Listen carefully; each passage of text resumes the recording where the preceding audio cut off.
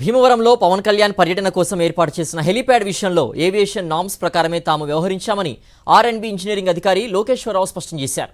ఈ విషయంలో తప్పుడు ప్రచారం తగదని అన్నారు. హెలీప్యాడ్కు సమీపంలో అపార్ట్మెంట్లు, చెట్లు, సెల్ టవర్ ఉన్నాయని, అందుకని పర్మిషన్ ఇవ్వలేదన్నారు.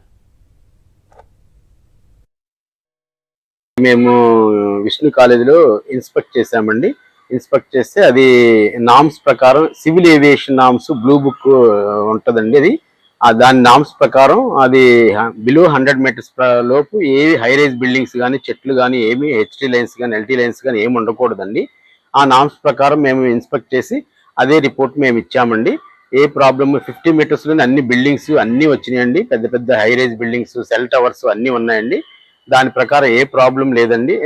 50 మీటర్స్ అన్నీ ఉన్నాయి కాబట్టి నాట్ ఫీజిబుల్ అని మేము రిపోర్ట్ ఇచ్చామండి. గత నెలలో సీఎం గారు కూడా ఇన్స్పెక్షన్కి అక్కడ హెలిప్యాడ్ సెలెక్ట్ చేస్తే మేము అదే కలెక్టర్ గారు, ఎస్పీ గారు మేము అంత ఇన్స్పెక్ట్ చేసి ఆ 50 మీటర్స్ లోపు అన్నీ ఉన్నాయి కాబట్టి వేరే సైట్ సెలెక్ట్ చేశామండి.